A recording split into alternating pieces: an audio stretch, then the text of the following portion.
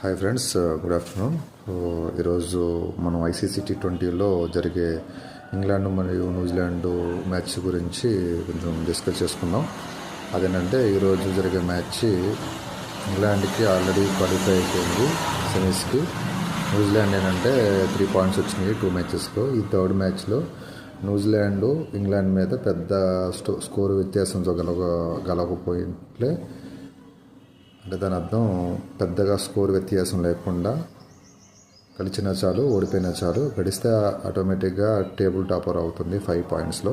గెలవకపోయినా కూడా పెద్ద స్కోర్ వ్యత్యాసంతో లేకపోతే ఆటోమేటిక్గా నెట్ రన్ రేట్ కారణంగా మెరుగైన నెట్ రన్ రేట్ కారణంగా వాళ్ళు సెమీస్కి వెళ్ళిపోతారు. ఇక పాకిస్తాన్ శ్రీలంక మ్యాచ్ రేపు గెలిచినా గెలవకపోయినా పాకిస్తాన్ శ్రీలంక ఏంటంటే పరువు కోసం ఆడుతుంది. పాకిస్తాన్ ఏంటంటే సెమీస్కి వెళ్ళడానికి ప్రయత్నిస్తుంది.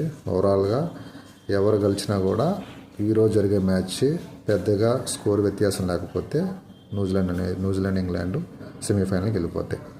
ఇది నాకు తెలిసిన విశ్లేషణ ఈరోజు మ్యాచ్ గురించి.